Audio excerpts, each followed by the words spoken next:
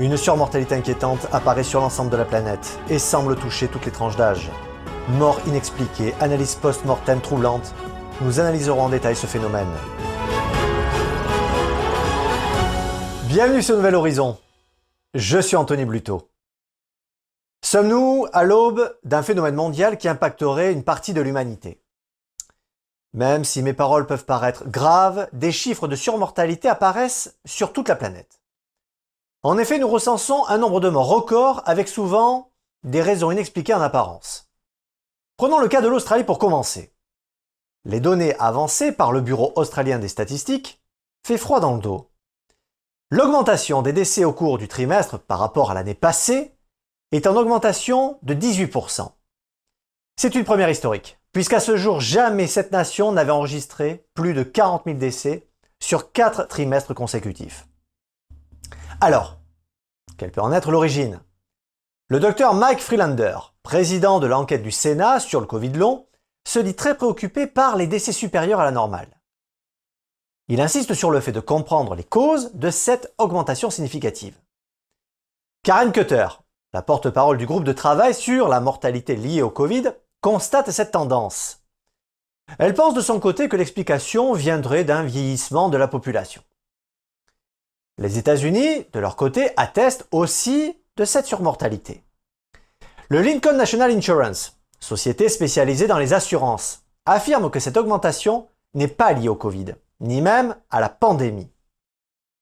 L'hypothèse de Mme Cutter semble avoir ses limites, car nous constatons des décès aussi chez les personnes jeunes. La compagnie One America, une compagnie d'assurance vie basée dans l'Indiana, a connu une augmentation de décès d'environ 40% sur l'année 2021, notamment chez les personnes âgées de 18 à 64 ans.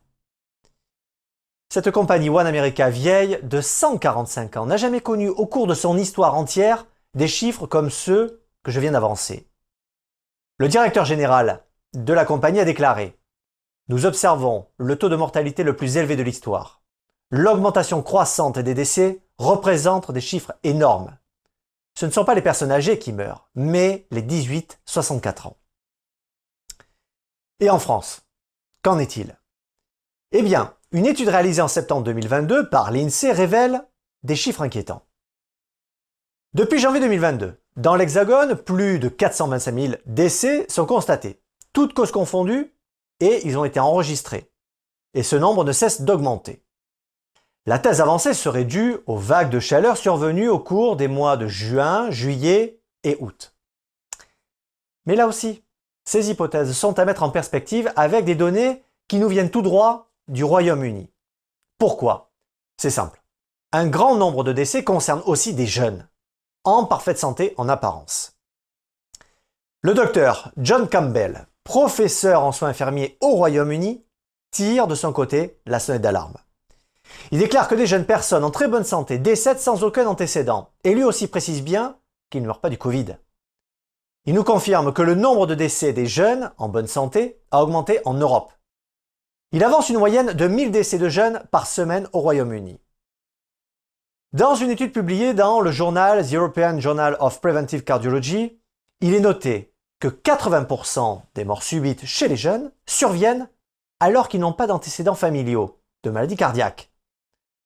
Même constat en Écosse, où le Parlement a annoncé une hausse de la surmortalité des jeunes, écoutez bien, de 11% au cours du dernier semestre 2022. Des études tendent à prouver que la surmortalité a commencé à augmenter vers la fin du mois d'avril. Selon le gouvernement britannique, ces décès sont associés en grande partie à des problèmes de circulation sanguine, à du diabète ou au cancer. Un article du journal Epoch Times a de quoi semer le trouble.